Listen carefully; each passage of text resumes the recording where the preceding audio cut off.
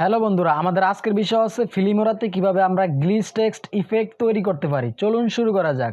প্রথমে আমরা একটি টাইটেল নিব, তার জন্য আমরা যাব টাইটেল থেকে এখানে আমরা সার্চ করব ডিফল্ট টাইটেল।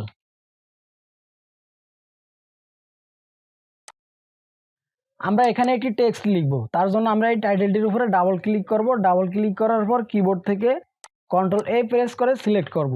সিলেক্ট করে আমরা এখানে লিখব গ্লিচ টেক্সট।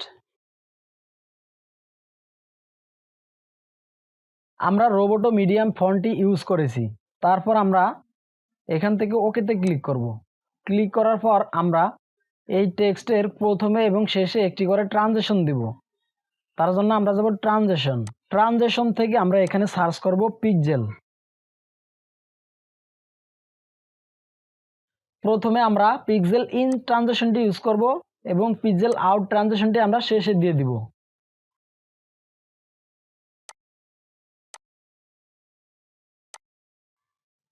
তারপর আমরা আমাদের গ্লিচ সাউন্ড অ্যাড করব। তার জন্য আমরা যাব মিডিয়াতে আমাদের দুইটি গ্লিচ সাউন্ড আছে।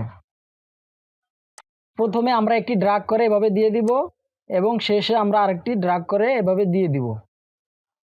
প্রথম ট্রানজিশনটিকে আমরা সিলেক্ট করব। সিলেক্ট করে আমরা গ্লিচ সাউন্ডটির সমান করে দিব। শেষেরটিকেও আমরা এভাবে করে দিব।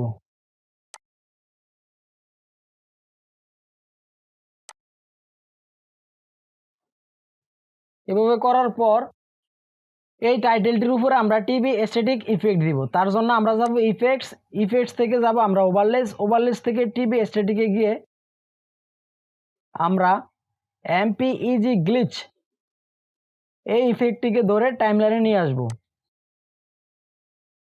এবং এটিকে আমরা কাট করে আমাদের ট্রানজিশনের সমান করে দিব। তার আগে আমরা এখান থেকে লক করে দিব। সো এবার প্লে করে দেখি।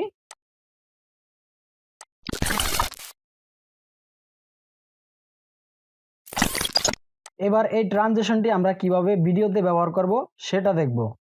আমরা একটি ভিডিও ক্লিপ আমাদের প্রজেক্ট প্যানেলে নিয়ে আসব। নিয়ে আসার পর আমরা এই ভিডিও ক্লিপটিকে আমাদের ট্রানজিশনের উপরে দিয়ে দিব।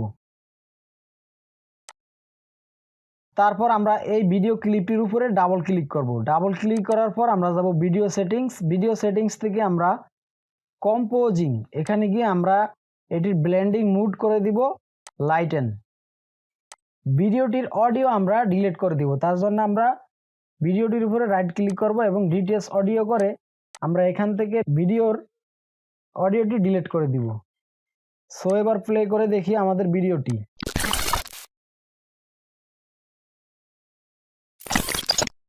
সো এভাবে আপনারা করতে পারবেন। ভিডিওটি ভালো লাগলে অবশ্যই লাইকে ক্লিক করবেন এবং আমার চ্যানেলটি সাবস্ক্রাইব করবেন। ভিডিওটি দেখার জন্য ধন্যবাদ।